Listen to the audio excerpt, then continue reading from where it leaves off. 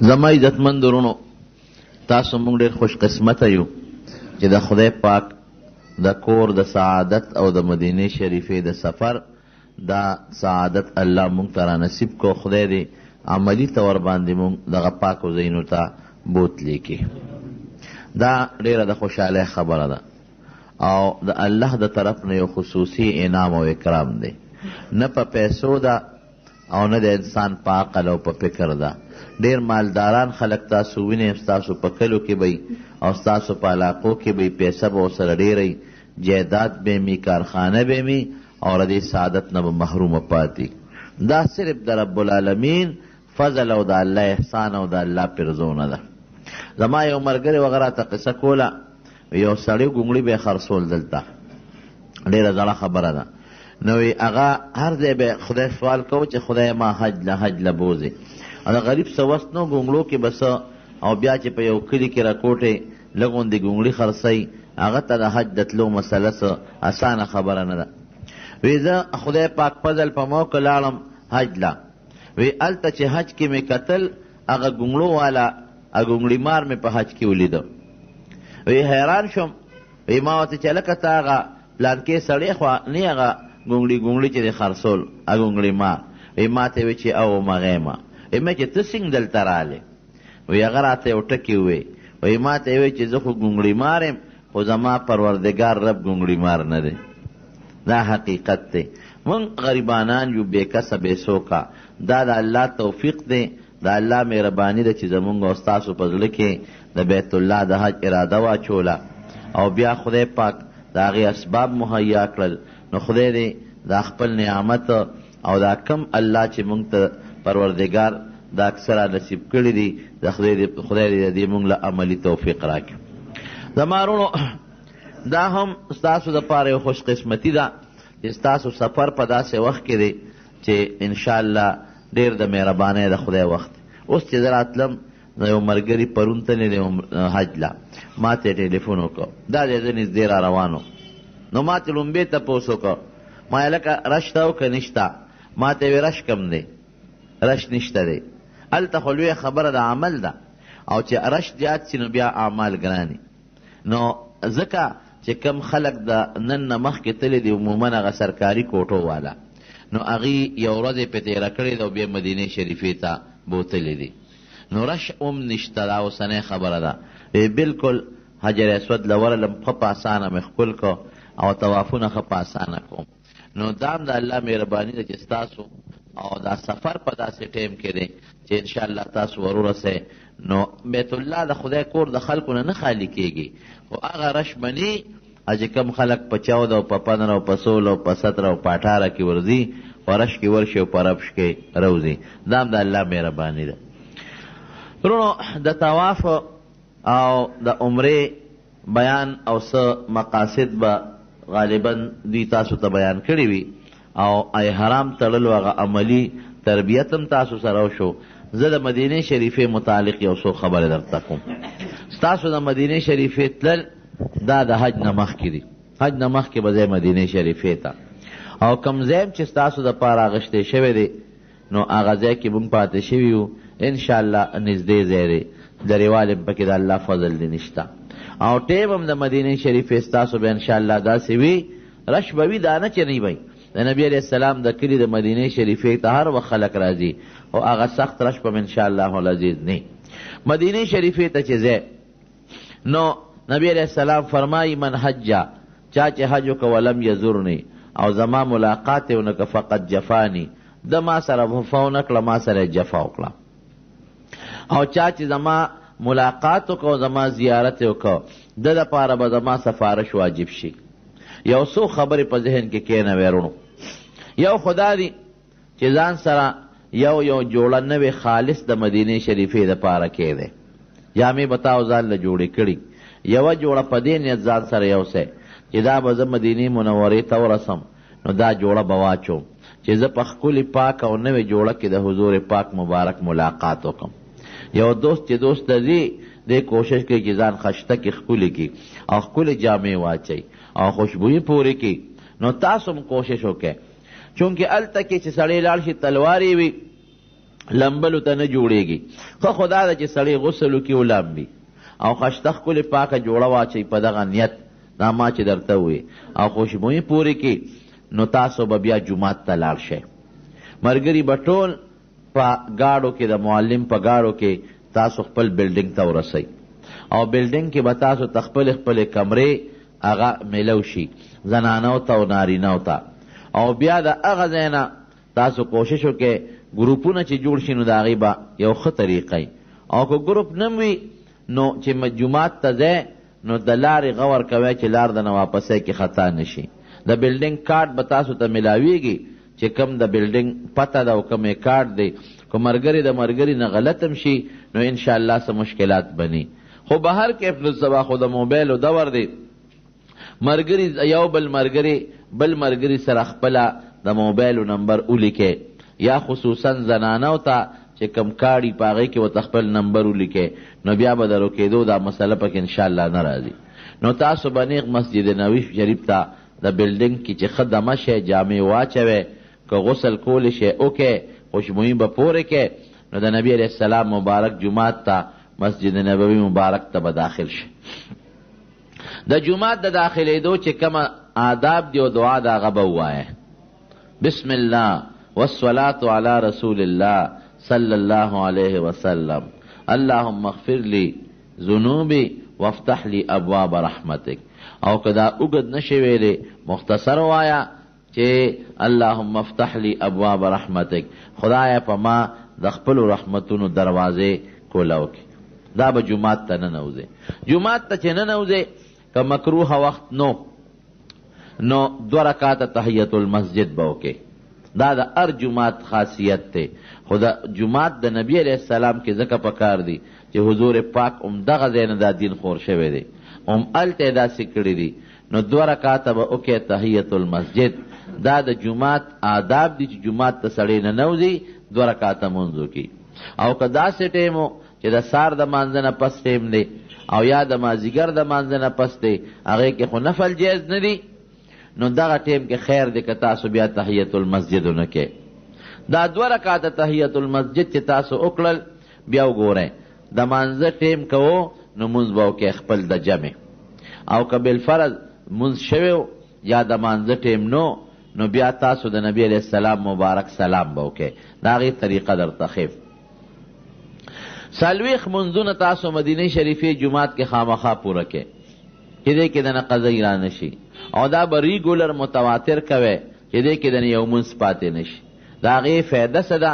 نبی علیه السلام فرمایي چې زما په جومات مسجد نبوي مبارک کې چا 40 منځونه په جمع وکړل، پروردګار به دې د نفاق نه وساتي، الله به دله جنت ورکي او الله به مغفرت نصیب کړي. دا ډېره لویه خبره ده. د دې وجې نه حکومت هم کوشش کوي چې 8 ورځې په مدینه شریفه کې په خلکو تېرې کړي، او 8 ورځې به ستاسو انشاءالله په مدینه شریفه کې راځي انشاءالله العزیز. نو 8 ورځو کې 40 منځونه پوره کېږي، نو ډېر لوی اجر یې دی. د مغفرت خبره ده پکې، د بخشش او د مغفرت، د حضور پاک د سفارش خبره ده، او د جهنم نه د براعت او د نفاق نه د خلاصوالي خبره ده. دا ډېر لوی سعادت دی چې په دې 40 منځونو سړي ته میلو شي. او هلته به سړی کوي څه؟ همدغه منځونه دي. دویم د یو منځ ثواب هلته 50 زره دی. یو روایت کې زر، بل روایت کې 50 زره. لکه دلته کې چې ته منځ کې نو 50 زره منځونه وکې، او هلته یو منځ وکې، د هغې ثواب برابر دی. بلکې د جمع یو په 20 دی، نو 50,000 له چې ته په 27 کې ضرب ورکې نو څومره ته جوړېږي؟ تقریبا 3.5 لکه منځونه ته جوړېږي. نو 3.5 لکه منځونه په یو منځ تا ته میلاویږي. دا څه وړه خبره، ډېره لویه خبره ده. ته په ټول عمر کې 3.5 لکه منځونه نشې کولی. نو دې کې بعضې زموږ ملګري لږه کوتاهي کوي، اکثر خوب ورشي، د خوب د وجې د ته منځ ګډوډ شي سار کې، یا ماسپخین کې د خوب د وجې نه ته منځ ګډوډ شي. نو دا خوبونه دلته تاسو ډېر کړي دي، او خدای دې د آخرت او د قبر د راحت خوب نصیب کړي.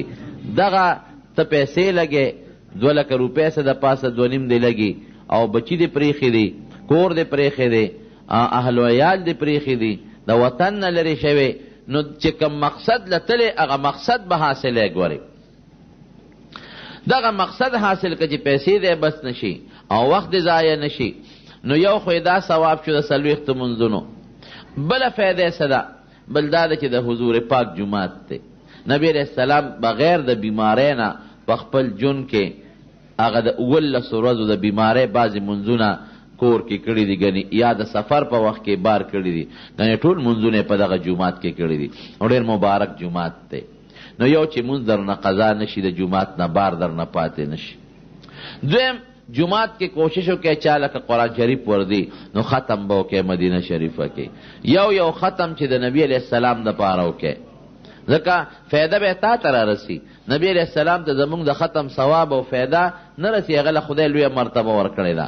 تا له فایده لکه دیوال ته چې بیټري ونیسې نو دیوال ستا په بیټرۍ څه کوي؟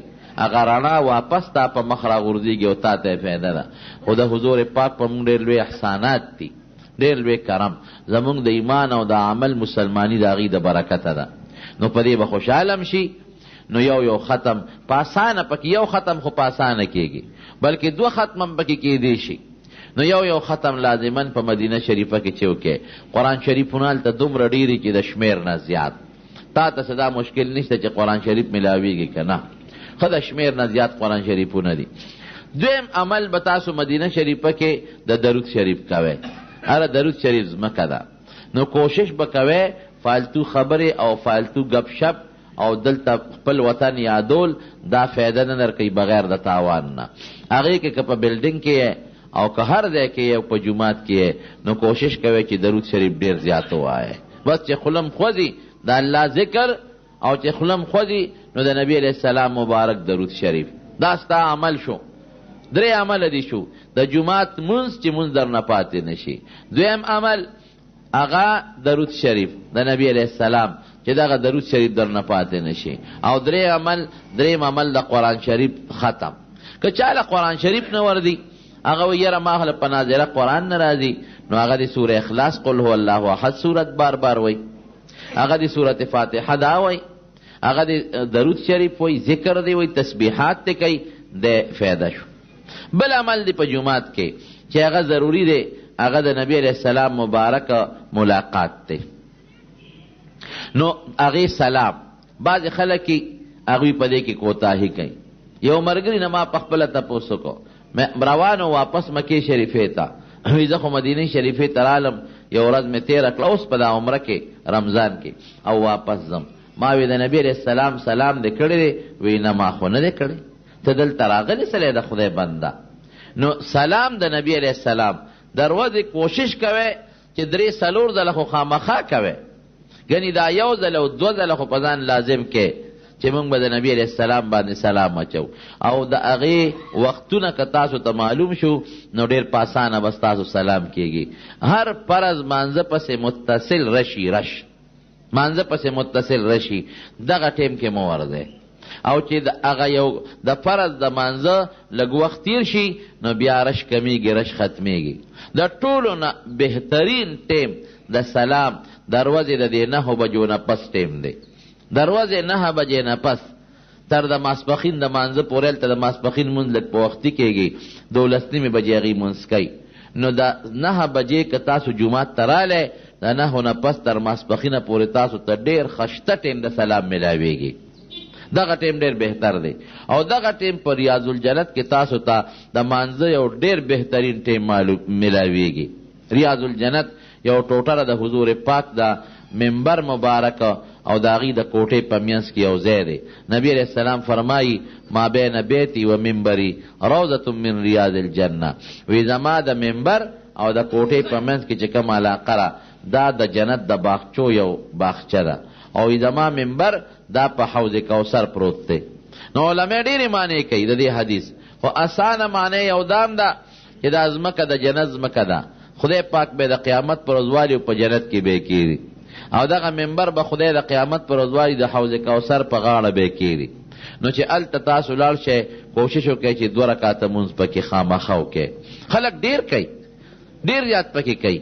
نو تاسو دعا بیا کوئ چې خدایا په دنیا کې د جنت ځمکې له راوستم، نو خدای په آخرت کې مې د جنت ځمکه نصیب کې. دا دعا ډېره کوئ. او بل هغه ځای له چې ورشئ دا تصور کوئ چې دا هغه ځمکه ده چې کوم ځای کې حضور پاک مبارک ناسته کړې ده. ځکه هغوی به دغلته ناستو، د هغوی صحابه به دغلته ناستو. قسم دی چې سړی دا تصور کړي چې له جړا ورځي، چېرته ځه او چېرته دا ځای به حضور پاک ناستو. دا منبر محراب دی، دا منبر دی، دا کوټه مبارکه را، دلته به ورسره ملګري ناستو. دا تصور کوئ هلته ملګرو له موقع ورکوئ. داسې هم نه را پکار چې یو سړی پکې بد دیره شي او بیا ته نه پاسي. نه، ملګرو له نورو له مسلمانانو له موقع ورکول پکاري. نو دا ریاض الجنت کې 2 رکعاته منځ کول او کوشش کوئ د حضور پاک چې کومه کوټه مبارکه د پنجره هغې سره لږ ځان نږدې کوئ، هلته 2 رکعاته. او چې کوم د حضور پاک محراب دی هغې ته خلک لین کې ولاړي، 0 نمبر راځي. 2 رکعاته منځ هغه ځای کې کول د هغې چې کوم زوړ محراب دی. اوس خو نوی محراب کې امام منځ کوي، دا ټول په دې ریاض الجنت کې دي. هلته یو ستن د حضرت عایشې صدیقې نوم یې پرې لیکلی دی، استوان عایشه، بره پشین خط. عایشه بی بی فرمایی چې ما ته نبی علیہ السلام په جومات کې یو ځای ښولی دی، وایي که دا ځای مې د خلکو ته وښو جګړې به پې خلک وکړي. هلته 2 رکعاته نفل کول. دا موقع به تا ته کله میلاویږي؟ دا به تا ته چې د 9 بجې ټیم کې ورشي، 9:09 بجې تر ماسپښینه پورې ډېر ښه موقع میلاویږي. او دویم ټیم هم درته وښیم، د ماسپښین د مانځه نه پس دغه ټیم خلک ډوډۍ لځي، نو دا ځای خالی شي. او دریم ټیم هم درته وښیم، هغه د شپې چې ښه کوزی ته لاړ شي او خپله ډوډۍ دې وخوړه او فارغ شوې، نو بیا راشه. دغه ټیم لږ د خوبي نو ګرانئ. دغه ټیم تهجد وخت کې خلک راځي، خو هغه به خرش زیاتي. د شپې عموما نور کله به مسجد نبوي مبارک کې د شپې بنده و، اوس نه بندوي، مکمل کولوي. نو چې تاسو دا عمل خامخا وکئ، د ورځې یو ځل خو چې تاسو په ریاض الجنت کې 2 رکعاته مونځ وکئ. اتر ورځې دي نو 2 رکعاته زیات کولی شي، خدا درته مه و چې یو ځل خامخا. او دغه منبر مبارک سره دغه ستنې چې څومره دي هر ستنې سره کوشش وکئ چې 2 رکعاته وکئ او ټیم درته مه وښو. یو غلطي زموږ ملګري کوي، هغه دی چې سار اکثر هلته خلک خوب کوي، وده کېږي. موږ له پخپله خوب راشي او سار د مانځه نه پس پکې وده شو. حالانکه موږ دلته خو سار خوب نه کوو، په کلي کې دلته خو سړی د شپې خوب کې او سار ویښي. نو ما به ملګرو ته اکثر وی مې چې کلي کې خوب نه کوې، دا دلته م ولې ځان په خوب بلد کړی دی؟ خوب داسې یو مصیبت دی چې یو ورځ د کم ټیم خوب وکړو نو سار له به په هغه ټیم دله خوب درځي. نو سار ځان خوب سره مه بلدوئ، دا زما واورئ. نو تاسو هم عبادت وکئ. او که سار هم ځان د خوب سره بلد که د شپې خو خامخا سړی کوي، نو د عبادت هغه ټیم نه پالتو پزول لاړ. دلته سړی سار خپل کاروبار کوي، خپل روزګار لري، نو هلته سړی عبادت کوي. ولې سړی خوب وکړي؟ د شپې سړی خپل خوب پوره کوي که نه؟ او ډېر خوب ډېر ټایم یې هلته ورځه موږدی، شپه موږدی. نو د شپې پکې ښه مزېدار خوب هم کولی شي او تهجدونه هم پاڅېدی شي، یا د ماسپښین د مانځه نه پس مازدیګره پورې 1 غنټه ټایم درته یي، هغې کې ته آرام خپل کولی شي. نو دا سار ټیم په خوب ځان مه بلدوئ، دغه وخت کې عبادت کوئ درته به اسانه. نو دا خو د جومات متعلق. بیا به د حضور پاک مبارک سلام کوئ. نو هلته کې جنګله ده، د منځ جنګله، یو لومبی چې ورشي لومبی جنګله ده، دا خالی ده. یو اخیري جنګله ده، دا هم خالی ده. د منځ چې کومه جنګله ده، د منځ د ستنو منځ کې نښه یې دا ده چې بره پې رسول الله لیکلی دی، السلام علی رسول الله، هنا السلام علی رسول الله صلی الله علیه وسلم. بره پشین دغه باندې بورډ را کوټې غوندې لګېدلی، هغې ته به ور مخامخ شي او په ډېر ادب او په احترام به وایي الصلاة والسلام علیک یا رسول الله. دا زموږ د دین مسله ده. د دې نورو مړو کې شک بعض علما کوي چې دا اوري که نه اوري، خو د نبي علیه السلام په اورېدو کې د هېڅ چا شک او اختلاف نشته. او حضور پاک باندې چې ته سلام اچې، تا پیژنې هم او تعالی د سلام جواب هم درکوي. الصلاة والسلام علیک یا رسول الله، الصلاة والسلام علیک یا حبیب الله، الصلاة والسلام علیک ایها النبی ورحمت الله وبرکاته. نور صفات که د نبی علیہ السلام کې کولی شي، خدا سان دی. بیا به لږ مخکې شي په حضرت ابوبکر صدیق رضی الله عنه به سلام کې، هغې کې صلات نشته، صرف سلام دی، السلام علیک یا ابا بکر. او که پښتو کې وی هم ویلی شي ای ابوبکره پتا دی السلام علیکم وی. او بیا چې لږ ورمخکې شي السلام علیکم یا عمر، د حضرت عمر فاروق رضی الله عنه. نو په نبی علیہ السلام به الصلاة والسلام درود او سلام دواړه وایه، او په حضرت ابوبکر صرف السلام علیکم، که نوم نه مخلي السلام علیکم. او حضرت عمر باندې السلام علیکم، که نوم ورسره اخلي هم که نه اخلي هم. بیا به لږ غوندې مخکې شي خو په ډېر ادب چې چغه درنه ونه والي شي. بل چې ځای موبایل بند کړي. بعضې خلک هلته کې فوټو والا موبایل وړي فوټوګرافري پې کوي. دا سخته ګناه ده. حج کې په جومات کې دننه او فوټوګرافري کول دا خطرناک جرم دی. نبی علیہ السلام دقه جومات کې خلک منع کړي دي چې نه به کوئ. نو موبایل بند ساتئ. بعضې خلک هلته موبایل کولو ساتي، موبایلونه کولو مه ساتئ. بیا چې لږ مخکې شئ قبلې ته به مخکې که پرېښودلی او که رش زیات یې هغوی نه پرېږدي چې بار وځئ نو قبلې ته به مخکې او دعا به وکئ. د نبی علیہ السلام باندې درود سلام عبادت دی. نو هغې نه او بهترین عبادت دی او د عبادت نه پس الله دعا قبلی نو بیا به دعا وکړي. نو دا اسانه طریقه شوه. بس که نور صفات درته یادي په کتاب نه ویلی شي الصلاة والسلام علیک یا رسول الله، الصلاة والسلام علیک یا حبیب الله، الصلاة والسلام علیک یا نبی الله، الصلاة والسلام علیک ایها النبی. دا مانځه کې چې تاسو وایه ورحمت الله وبرکاته. دا آسان شی دی. السلام علیک یا ابا بکر رضی اللہ عنہ، السلام علیک یا عمر رضی اللہ عنہ. دا نزدی دی بالکل او آسان دی الته معلومیږي. نو دا سلام چې تاسو دروازه یو ځل خو نه چې څلور پنځه ځله تاسو کوئ. ولی حضور پاک پہ خوشحالیږي. او چې څوک الته سلام کوي فرشتې ورله د مغفرت دعاګانې کوي. الته فرشتې ولاړې دي هغې دله د مغفرت دعاګانې کوي. نو چې دا در نه پاتې نه شي. دا د جومات دننه آداب شو. بل جومات کې فضول گپ شپ نه لګوئ. اسم جومات کې خبرې منه دي او بیا د مدینې منورې په جومات کې خبرې خو ډېرې زیاتې منه دي. یو دوه کسانو خبرې کولې. حضرت عمر فاروق رضی الله عنه راوغوښتل وی دې خوا راشه. وی د کوم ځای یې؟ وی موږ د طایف یو.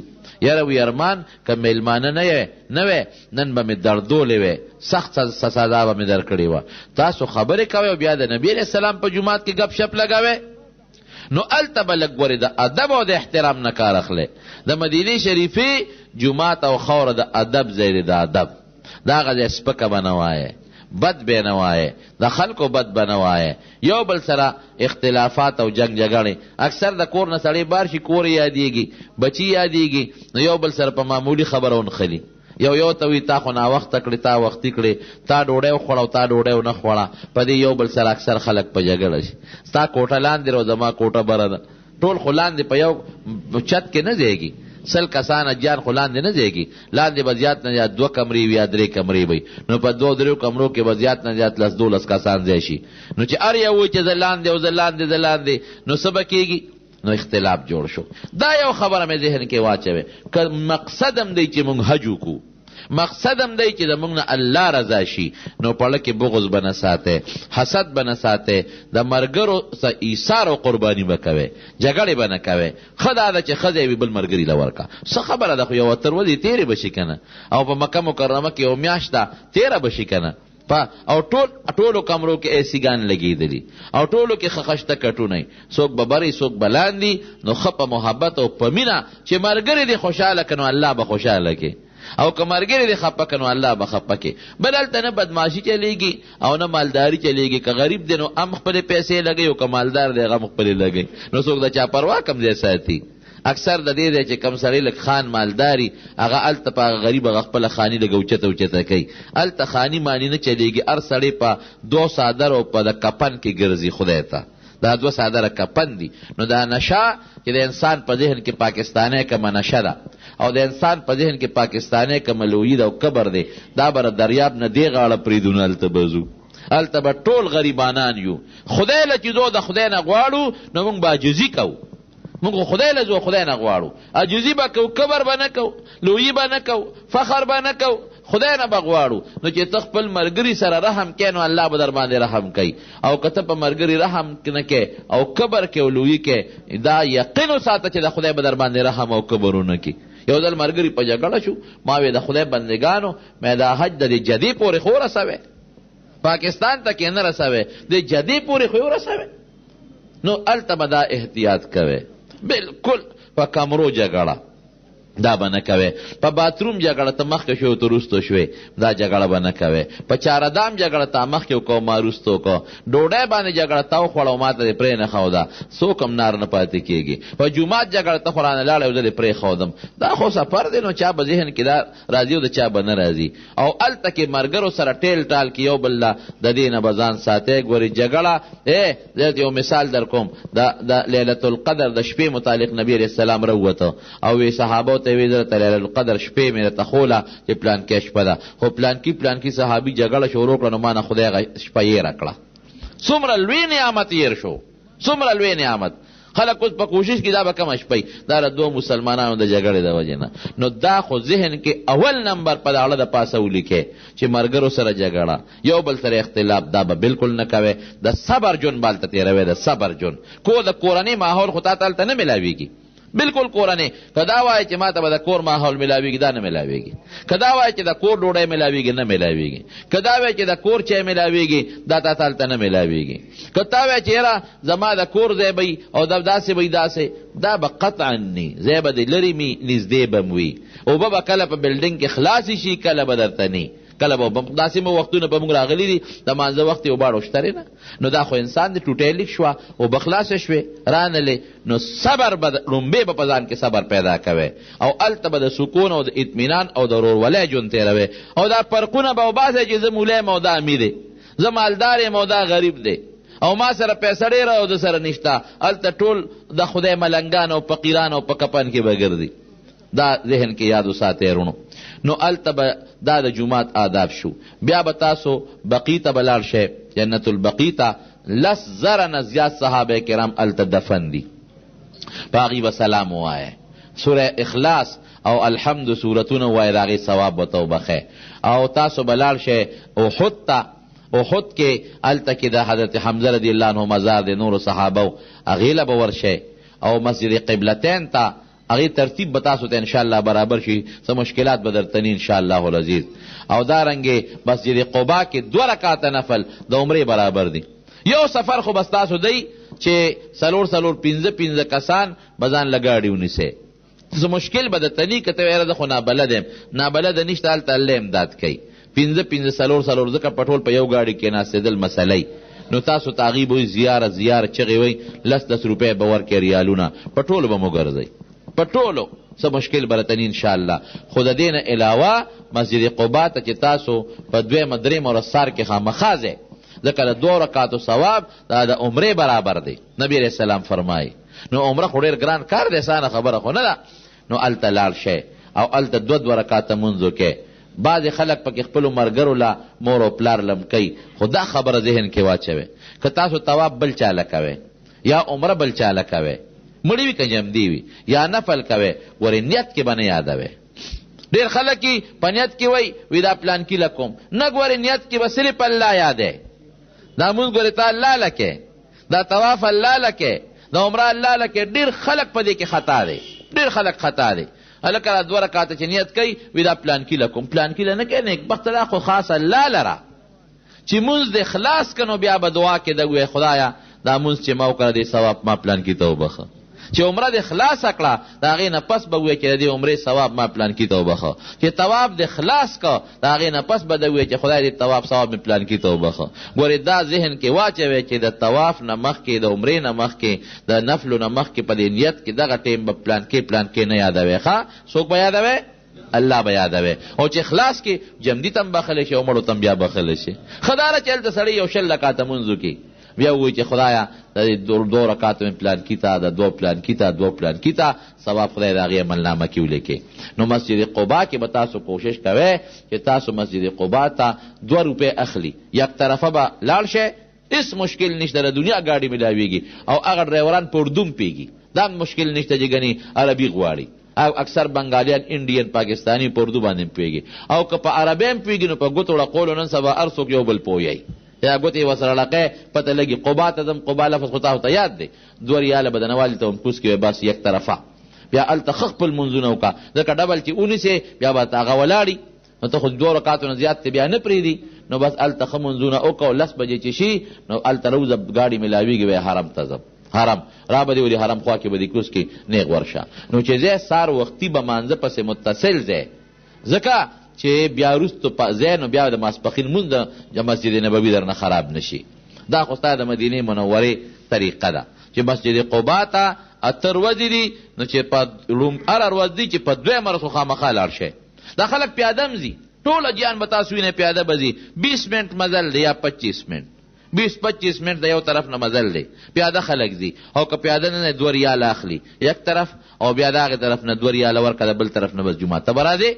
او دا نور زیارتونه خو 5 شپږ کسانو ګروپونه به جوړ شي، نو په هغې کې به وګرځئ، هغې کې خو څه مشکلات درته نشته. باقي د طواف متعلق خو تاسو ته ملګرو به پوره ذکر کړي. طواف کې د یو څیز خیال وساتئ چې طواف کې بیت الله تم سینه مخامخ نشي.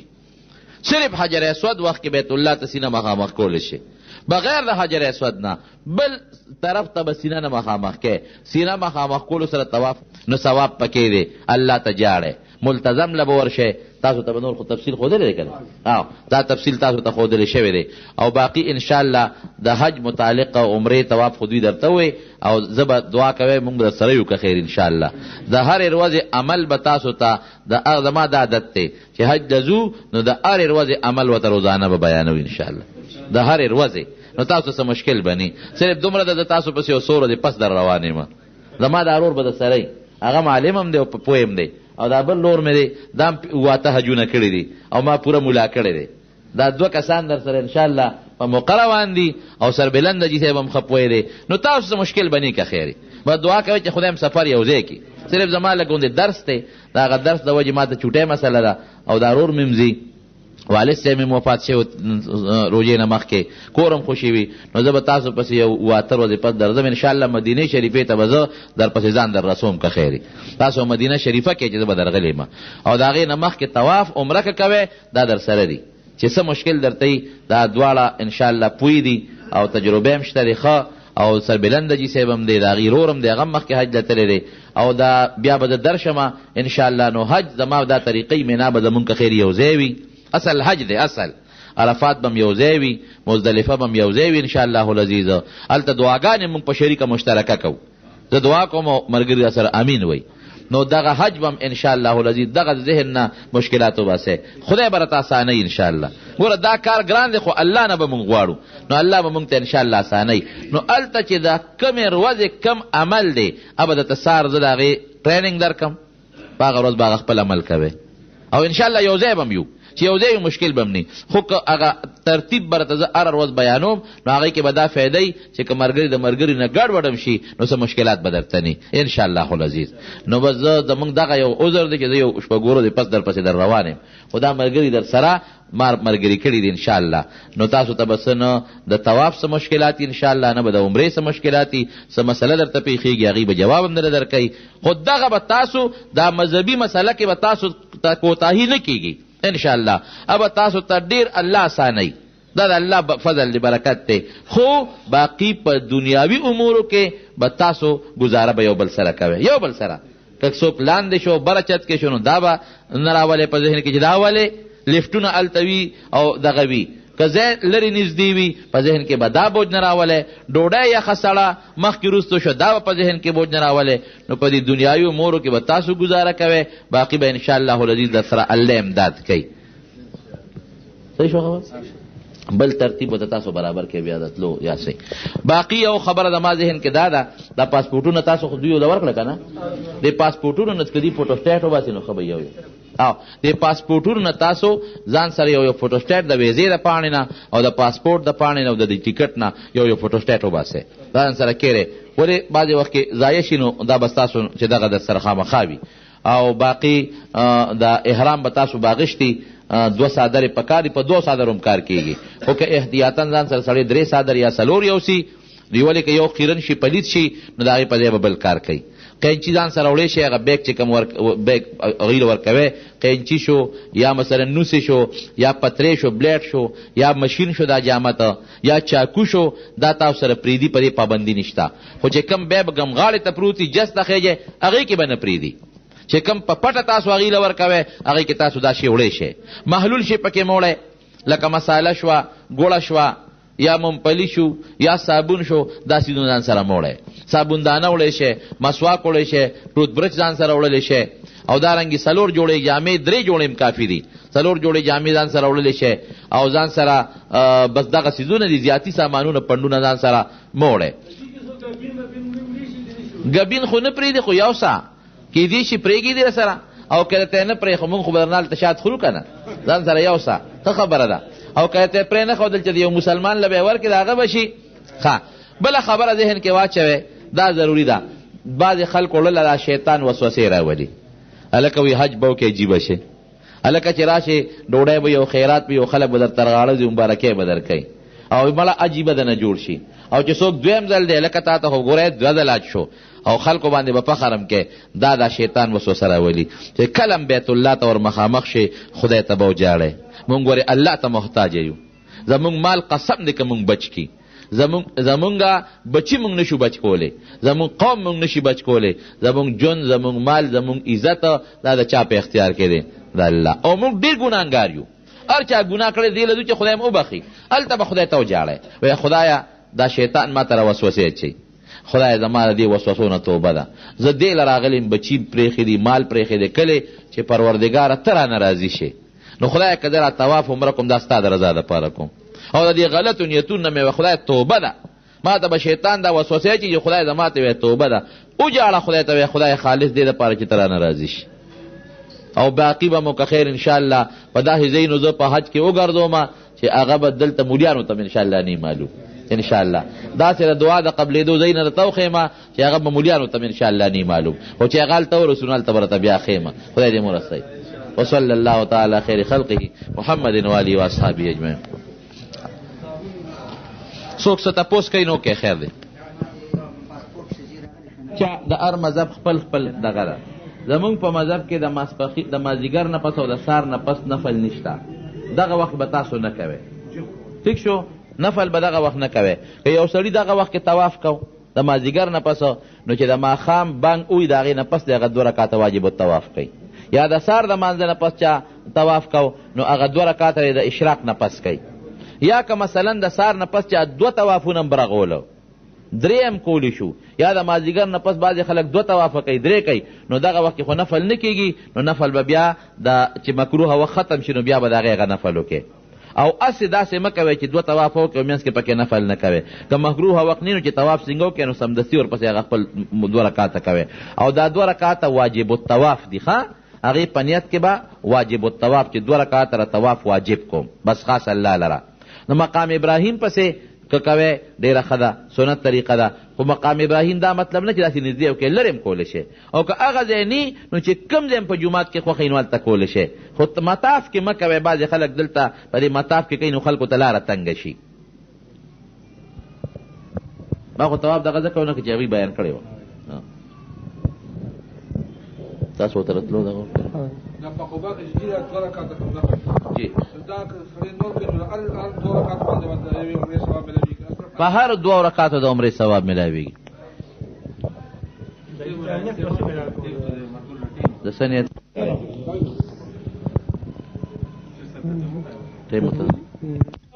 منورې کې دا ما څه ووې دا ټول د زنانه او د سړو یو برابر دي. زنانه او د سلام مقور کوي ښه برابر، زنانه به خپل کوشش کوي چې خپل منځونه زنانو دپاره اصل کې مونځ په کور کې بهتر دی، په بلډینګ کې بهتر دی، ځکه هغوی د پرده ضروري ده. لیکن زنانه چې زمونږ هلته لاړ چې د هغوی له کوم ځای صبرېږي، جومات ته خامخا ځي، هغوی هم جومات ته ځي. په مدینه شریفه کې خو د زنانو دپاره ځان له ځای نه دي مستقل. صرف دا مهرباني وکړئ چې زنانو سره لږه یو ورځ ګزاره وکړئ چې هغوی ته خپل موبایل نمبر یې ورکړئ یو بل له، یا ورته ځای وښایئ چې جومات نه په دې ټایم رو دلته ودرېږه او تاسو هم هلته ودرېږئ، نو یو ځای کېږئ به. زنانه یې د خپلې پردې پوره خیال ساتي. زمونږ زنانه چې دي اکثر مخې کوله وي، نه داسې دی نه کوي. یو ټوپی ملاویږي د چت والا ټوپی، او هغې پورې زنانه روبن وتړي، روبن ور پورې وتړي نرې، نو اومې د مخ نه کپړه لري وي او اومې پکې پرده راغلی وي. او نو زنانو سره به احتیاط به کوئ، گزاره به تاسو مو سره کوئ انشاءالله. په سفر کې به سره موږ هم گزاره کوو. باقي طواف د زنانو د ښځو او ستاسو یو شی د فرق نشته. او د عمره چې ده زمونږ خو به 2 څادرې چې زنانو په هغه خپلو جامو کې به عمره کوي، صرف مخ نه به هغه پرده به لرې وي. یو ډېر لوی عالم په مدینه منوره کې عبدالله ابن زاید مخکې د مدینې یو یونیورسټۍ وایس چانسلر هم پاتې شوی رئیس، او موږ سره یو وخت کې په یو سفر کې ملګري پاتې شوي د افغانستان. زه چې لاړم هغه سره مې هلته ملاقات وشو، راله پته را کړې وه د ټلیفون نمبر، هغه سره مې رابطه وشو. راغه زه بیا سره د خپلو ملګرو میلمه کړل، خپل ځای ته یې بوتلم. ډېر لوی عالم هم دی او ډېر لوی سړی هم دی د مدینې شریفې. هغه نه مې څه بعضې تپوسونه وکړل. یو تپوس مې دې ده وکړ، ما وی دې کې څه فلسفه ده او دې کې څه حکمت دی چې د ماسخوتن د مانځه نه پس تاسو جومات بندوئ، د شپې ولې کوله ونه پرېږدئ چې خلک د شپې پکې نفل به کوي، عبادت به کوي.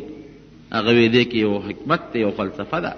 وی رسول الله مبارکه به د ماسخوتن دا زمونږ ور عقیده ده، زمونږ وروڼو زمونږ عقیده ده چې نبي علیه السلام مبارکه په قبر کې هغه له داسې یو ژوند دی د برزخ او د قبر ژوند ورته وایي چې هغه د دنیا د ژوند نه په لکهاو کروڑها زیات بهتر ژوند دی. دنیا کې خو د نبی علیه السلام به یو بل سره خبرې او اترې او د دنیا کار ته توجه به واقع، خلکو له دعوت ورکولو، تبلیغ کولو، خلکو ته دین خولو، د کور د خاوندانو خیال ساتر. او په قبر کې صرف د هغه تعلق چا سره دی؟ الله سره دی. پوره داسې حیات او داسې ژوند چې داسې په دنیا کې د دنیا نه اعلی ژوند. او دام زمونږ عقیده ده د اهل سنت والجماعت چې څوک په نبی علیه السلام سلام واچي اوري یې. د نورو مړو کې څو اختلاف بعضې خلک کوي چې مړی اوري که نه اوري، لیکن د نبی علیه السلام په اورېدو کې د اهل سنت والجماعت هېڅ اختلاف نشته. نبی علیه السلام مبارک سلام اوري، جواب یې هم ورکوي، بلکې چې کوم انسان مخامخ ورته ودرېږي پیژني یې هم چې دا ماته څوک ولاړ دی، پیژني چې دا فلان کې دی، نوم ورته سړی والي د الله رسول د فلان کې د فلان کې زوی د پاکستان راغلی یم تا ته ولاړ یم په تا سلام یم السلام علیک یا رسول الله. نو چې سړی ودرېږي مخامخ نبي علیه السلام مبارک باندې سلام اچوي، احادیثو کې راځي جواب یې ورکوي. یو صحابي تپوس کوي د نبي علیه السلام نه، د الله رسوله ته به مونږه جواب د سلام څنګه کې؟ ته خو به خورې شوې. څو موده پس نبی علیه السلام مبارک وفرمایل ان الله حرم على الارض ان تاكل اجساد الانبیاء. الله په ځمکه د پیغمبر د وجود خوراک حرام کړی دی. ځمکه به د پیغمبر وجود نه خوري، پیغمبر به په قبر کې بالکل سالم سلامت پروتي. نو ما ته هغه شیخ وی عبدالله زاید، ما ته وی ماسخوتن نه پس مونږ ځکه جومات بندو چې په جون کې نبی علیه السلام په دنیا کې حیات و، نو هغې به د ماسخوتن د مانځه نه پس اوده کېدل آرام به یې کو، او پېشمني تهجد وخت کې به پاڅېدل. ماسخوتن به اوده شو، پېشمني به پاڅېد، دغه به آرام کو. نو مونږ د نبی علیه السلام د دنیا د ژوند د آرام وخت کې اوس هم ورته جومات بند کو چې دی آرام کې وي.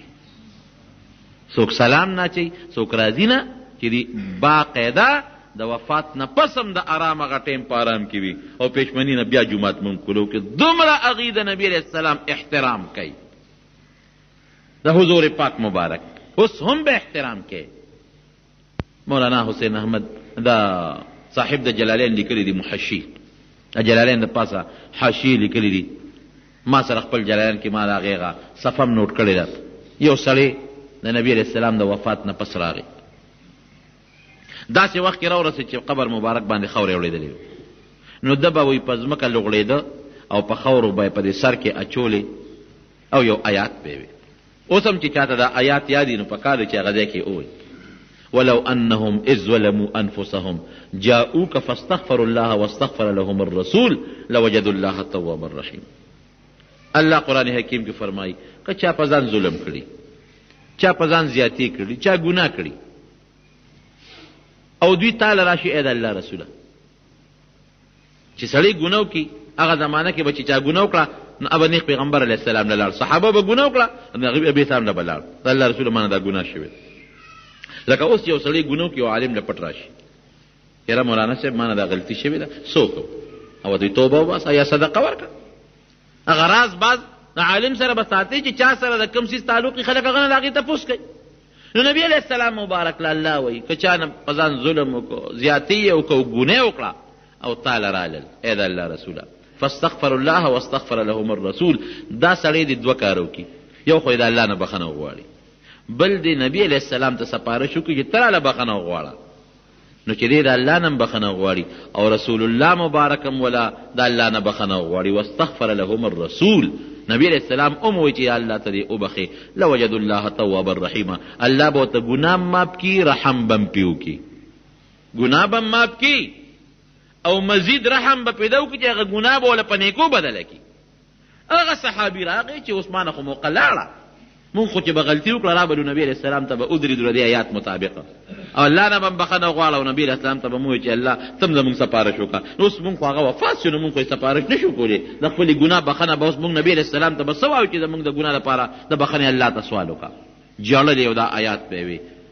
د جلالین دغه محشي لیکي چې د نبي علیه السلام مبارک د قبر نه ول اواز راغی غفر الله لک غفر الله لک ای زما مرګریا الله دې توبه خي الله دې توبه خي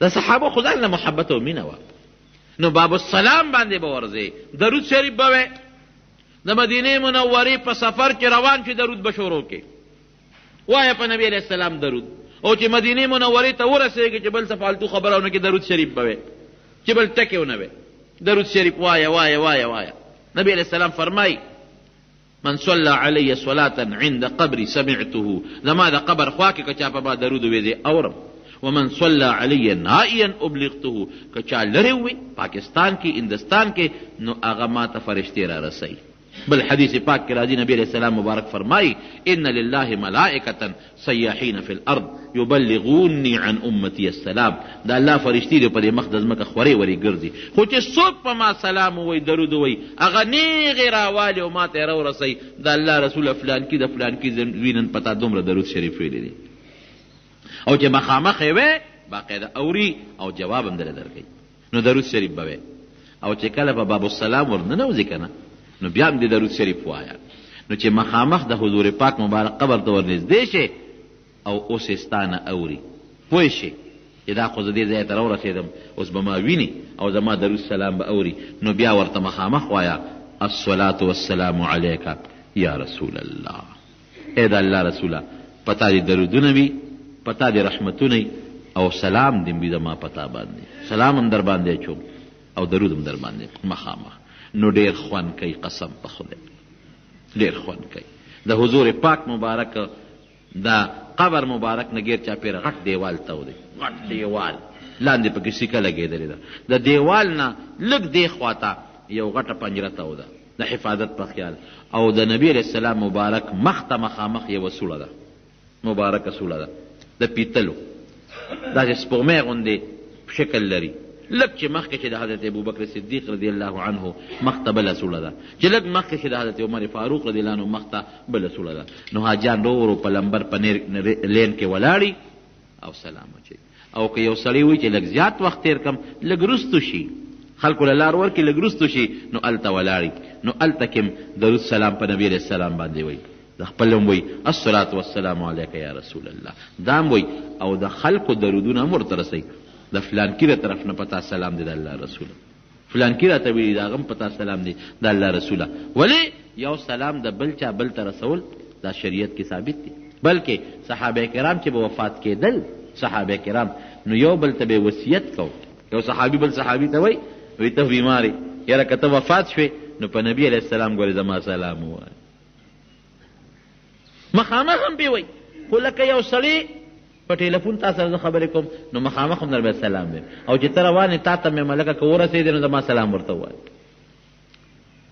اخو لږ بل شان ملاقات دی یو انسان چې چا سره ملو شي د مرګ نه پس جناب علی نو نبی کریم صلی الله علیه وسلم ته چې مخامخ شي دا آیات هم پکې وایا ولو انهم اذ ظلموا انفسهم جاءوك فاستغفروا الله واستغفر لهم الرسول لوجدوا الله توابا رحیما دا هم پکې وایا زمونږ دا یو ډېر لوی عالم تېر شوی دی عبدالرحمن جامی رحمت الله علیه یو کتاب یې لیکلی دی شرح جامی زمونږ دا طالبان یې وایي نه نحوي کتاب دی دی شاعر او صوفي شاعر او داسې صوفي شاعر چې داسې عاشق شاعر روان دی د مدینې منورې په سفر چې سمنځ سفر یې وکړو هغه زمانه کې د مدینې شریفې چې کوم گورنر دی والی هغه نبی علیہ السلام په خوب کې ولید وی یو سړی را روان دی په قافله کې مدینې شریفې ته نوم یې عبدالرحمن جامی دی دی بند که چې دی مدینې شریفې ته رانشي د مدینې شریفې گورنر فوراً پولیس ولیږل وی دا سړی واپس کې قافله را روانه وه هغه ځای کې تپوس یې وکړه عبدالرحمن جامی پکې شته وی او دا سړی دی وی تا ته د مدینې په حدودو کې د داخلېدو اجازت نشته گورنر صاحب وی دی به نه پرېږدو ته مهرباني کو واپس ځه ډېره ښه ده جي واپس یې چې واپس یې کړو دا پولیس والا را واپس شو نو هغه بیا را روان شو په سبا شپې له گورنر بیا خوب ولیده وی ګوره تا ته ما وی چې دا سړی مه را پرېږده او تا بیا را پرېښوده وی حضرت ما خو کسان لیږلي دي زه به بیا ولیږم سارے بیا پولیس والا ولیږل دا سړی واپس کا او که واپس نه شو نو ګورې پویه که بیا جیل کې جو پولیس والا بیا په لاره کې ورلل وی ګوره تا ته مونږ پرون وی ته مو واپس کړې گورنر صاحب حکم دی چې ته به نه راځې مدینې شریفې ته ته واپس نه شوې او که دې د پاس هم رالې نو بیا به دې ګورې خیر نه پولیس والا رالل اطلاع ورسوله په درېیمه شپه نبی علیہ السلام بیا دی گورنر په خوب کې وی ګوره تا ته ما نه وی چې دا سړی واپس کا خو هغه دی را روان دی گورنر سے پولیس والا ته حکم وکړو چې دا عبدالرحمن جامی گرفتار کړي دی نه سمیږي مونږ یې واپس کوو دی نه واپس کېږي پولیس تاړل سړی گرفتار کړ چې جیل کې واچو د شپې بیا گورنر نبی علیہ السلام په خوب کې ولیدو وی تا ته ما څه ویلو چې دی جیل کې واچوه تا ته ما نه وی چې دا سړی واپس که نو ته جیل کې اچې دی مجرم خو نه چې جیل کې اچې وی حضرت څه وکړم ورسره نو هغه خو نه منې کېږي راځي او تاسو وایئ چې مې پرېږدی نو ما جیل کې واچو ولې حضرت دې نه پرېږدی جیل کې بیا پې ولې خفه کېږې وی دی مجرم نه دی ګناهګار نه دی چې دی جیل کې اچې وی حضرت منې کوې ولې وی ځکه یې منې کوم چې دی یو نظم جوړ کړی دی یو قصیده یو نعت یې جوړ کړی دی او دی به راځي هغه نعت به زما د قبر مخکې وی ما ته مخامخ او داسې خشته مزیدار نعت دی بهترین چې که دا نظم یې په خوږ اواز زما د قبر مخکې ووی ممکن ده چې د قبر نه لاس راوباسم او ده سره ستړي مچي وکړم یو فتنه به ترې جوړېږي دی پوه که چې دغه نعت مو وایه دغه نظم مو وایه په دې پوه که او باقي پرېږده نو زمونږ د طالبانو پخوا یو کتاب وی یوسف زلیخا د فارسي یو کتاب د ده هغه نظم د هغې په سر کې شته ډېر اوږده اشعار دي یو ټکې پکې داسې هم دی ما نه یېرېږي بیرون آور سر از برده یمانی بیرون آور سر از برده یمانی که روی تست صبح زندگانی ای د الله رسوله لږ غوندې دا سر دی د دې خشته ښکلي کفن نه بار راوباسه ستا په دې مخ مبارک چې دا کم د یمن اعلی خشته څادر پروت دی دې نه خو دا سر مبارک لږ بار راوباسه ولې بالکل دا مخ مبارک دی لږ غوندې د دې یمني څادر نه خو بار راوباسه ولې ځکه چې ستا مخ مبارک د جون سبا دی سبا څنګه چې د ورځې سبا راښکاره شي او رڼا شي نو د انسان جون د تیارې نه رڼا ته به الودي چې ستا د مخ مبارک شغلې پې پرېوځي حجاب لرې که د مخه محبوب رو ښه حجاب لرې که د مخه ګلفم رو صنم په ځای کې د ګلفم ویلا بخي خیر دی هغې خو د یو عشق په بنیاد ښکلې لفظ ویلی دی خو حجاب لرې که اصل داجي صاحب د دغې کړی لفظ صنم نه دی ښه ګلفم دی دا شاعرانو خطا کړی وروسته تاسو نطخوانانو خطا کړی دی لکه حجاب لرې که د مخه ګلفم رو څنګه دی ورپسې چې مې لرې شي د زړه ځینې غم رو حاجي صاحب هم وایي واقعي حاجي صاحب رحمت الله علیه هم یو بهترین عاشق و الله یې زموږ د ټولو په زړونو کې د حضور پاک مبارک او د هغه د کلي محبت او عشق پیدا کړي یو صاحب د قصیدې د قصیدې برده ډېره مزیداره خشته قصیدې لیکلې ده نو دا قصیده چې دا قصیده برده دا سړی چې و نو دی په خپو باندې دغه و ده شل په دواړو خپو باندې شلو او ده به د بادشاه په صفتونو کې نظمونه لیکل. یو بادشاه به ولیکه د بل بادشاه، ته به دې بادشاهانو له او چې هغه نظم به د بادشاه پخوا دا رواج و، شاعرانو به شعرونه جوړول او بادشاه ته به دربار ته لاړل، هغه نظم به پیښ نو بادشاه به انعام ورکو. نو دې د قصیدې بردې د خاون به د بادشاه صفت کې شعرونه جوړول او بادشاه له به ته هغه به انعام ورکو. فالج و پخپو شل کټ کې پروت دی، لکه وایي چې یاره ډېر لوی افسوس دی چې ما د هر بادشاه په صفت کې یو نظم یو نعت جوړ کړی دی او تلې مې ورته ورولی دی، انعام مې اخیستی دی. د نبي علیه السلام په صفت کې مې یو نظم اوسه پورې نه دی جوړ کړی، عجیبه شاعر یم. نو د ماسخوتن چې وده کېده نو وی راشه ودرېږه یو نعت جوړوم، یو ډېر خشته مزېدار نظم ښکلې نعت یې د نبي کریم صلی الله علیه وسلم جوړ کړ. او چې څنګه یې جوړ کړ وده شو، په خوب کې رسول الله مبارک ولیده.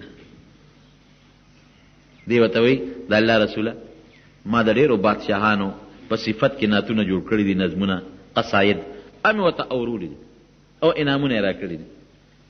بېګا چې وده شوم نو زړه کې مې سوچ راغی چې د خپل ښکلي پیغمبر یو نظم او نعت ته اډو جوړ کړی نه دی. واحسن منك لم تر قط عیني واجمل منك لم تلد النساء. اے پیغمبره ستانه خشته انسان ما په خپلو سترګو چېرته نه دی لیدلی، او ستانه ډولې شخصیت د مور نه دی پیدا. څونه خشته دی؟ واحسن منك یا واحسن منك واجمل منك یا واجمل منك لم تر قط. ما د سترګو ستانه ښکلې شخصیت لیدی نه دی، ولم او ستانه خشته شخصیت مور نه دی راوړی. واقعي نبی علیه السلام خشته شخصیت. او بیا څه وایي؟ خلقت مبرئا من كل عیب كأنك قد خلقت كما تشاء. الله د هر عیب نه پاک پیدا کړی، هیڅ عیب د کې نشته. او اخر کې وایي دې ته انداز سوچو کې وی داسې پیدا یې که نه لکه ستا چې ځان څنګه خوښ و هغسې پیدا یې. د انسان ځان چې په خپله خوښه پیدا یي نو هغه څومره به غش دی، د چا په ځان کې پوټی نو قسم نه خوښ. داسې پیدا شوی لکه چې ستا کم شکل خوښ و الله هم هغسې پیدا کړي.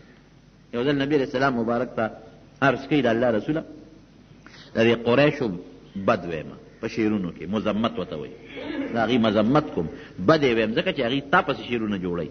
نبی صاحب مبارک ورته وفرمایل کیف بنسبي، زما نسب سره به څه کوې چې د قریشو بد وی خو هغه خو زما خپل خپلوان دي، نو ته به بنو هاشم او قریش په یادې څه به کوې زما نسب سره؟ وی لأسلنک منهم كما تصل الشعيرة كما تصل الشعرة من العجين. وی تا به داسې پاک وباسم لکه ویښته چې سړی د وړو نه وباسي، ویښته چې د وړو نه وباسي که نه او هغې پورې هېڅ قسمه داغ ني، داسې به تا محفوظ پرېږدم او د قریشو بد به ویم ځکه چې ستا بد وی. نو د نبي علیه السلام مخکې به شاعران رالل او ښکلي صفت مزېدار به یې ورته کو. خیر نبي علیه السلام مبارک ته دغه صاحب د قصیدې د شپې وایي د الله رسوله که دې خوښی یو نعت مې بېګا جوړ کړی دی درته یې واورم. وایا واوروه. نو د صاحب هغه نعت شروع کړ. چې نعت یې شروع کړ که نه وی نبی علیه السلام مبارک به دا سر خوځه لکه څوک نعت وایي که نه زمونږ بشیر جان حافظ صاحب نعت وایي او مونږ ورته په شوق کې راشو او مونږ ورته را سر داسې خوځه. خدا نیکبخت مونږ باندې خدای نیولی دی یو نعت راته نه وایي. خیال دی راغی خدای دې خوشحاله کړي، دې غریب لوی خدمت کوي محنت کوي، هره جمعه راځي او کیسټ ډکوي دا لوی سره دی نو ټولو ملګرو دی الله خوشحاله کړي. نو وی نبی صاحب مبارک ورته سر داسې خوځه. نو چې نعت یې څنګه خلاص کړه نو حضور پاک مبارک ورته مسکی شو. ورګه زم یو انعام در کوم کنه بادشاهانو ته چې برنات وی انعام بدل کوم زم یو انعام در کوم. نو نبی السلام مبارک خپل صادر کوس کو عربی کې برده یا برد یمنی صادر ته وي، په یمن کې په هغه زمانه کې اعلی صادرونه جوړېدل. نو صادر یې کوس کو په دې واچو وی دا صادر دی والا. سحر چې دی د خوب نه راپاسېد د حضور پاک مبارک هغه صادر په د پاسه پروت و او چې خپې یې وړه جوړو خپې هم جوړې شوي پالج نه جوړو خپې شلو ټیک ټاک بس ډېر خوشحاله شو صادر ځکه خو دې قصیدې د قصیدې برده وی. نو جناب راپاسېد چې راپاسېد منزل روان دی اوس. نو په هغه کلي کې یو ډېر لوی عالم اوس اپه منډه را روان دی چې را روان دی د دروازې نه دې څنګه ووته اوس په خپو جوړ شوی دی څادرې په وګورې سړی خوشحاله دی ورته غاړه وت پلانکي سلام علیکم اله شابه چې بیګا د نبي علیه السلام ته کم نظم ویلی دی ما ته به وی کم نعت چې دی ویلی دی هغه عالم هم د کشف خاوند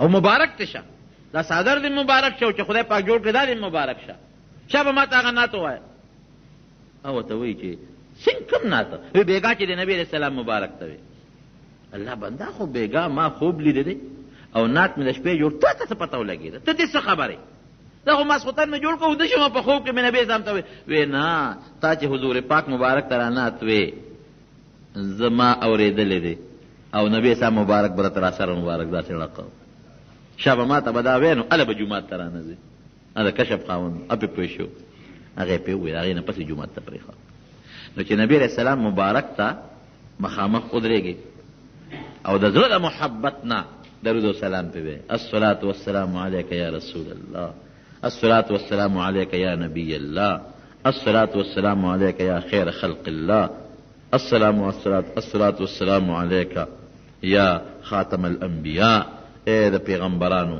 اخیری پیغمبران اے پټول مخلوق کې غوره پتا دې صلاة والسلام دا خلق وی او بلکې دا ورته وی د الله رسول زره دې خبرې گوی کوم چې تا خپل حق رسول دی د امت خیر دی لټولې دی دا نوی ورته چې د الله رسول دا درخواست تا په حضور کې کوم چې زه ډېر ګناهګار یم ما توبه الله ته استدا ته به د الله په حضور کې زما دپاره سفارش کوي بیا لږ ورمخکې شي د حضرت ابوبکر صدیق رضی الله عنه ته مخامخ سلام وکړي ای کې صلات نه سلام دی السلام علیک یا ابا بکر الصدیق رضی الله عنه اے ابوبکر صدیق پتا دې سلام اے نبی علیہ السلام د غار مرګري پتا دې سلام بیا لږ ورمخکې شي حضرت عمر فاروق رضی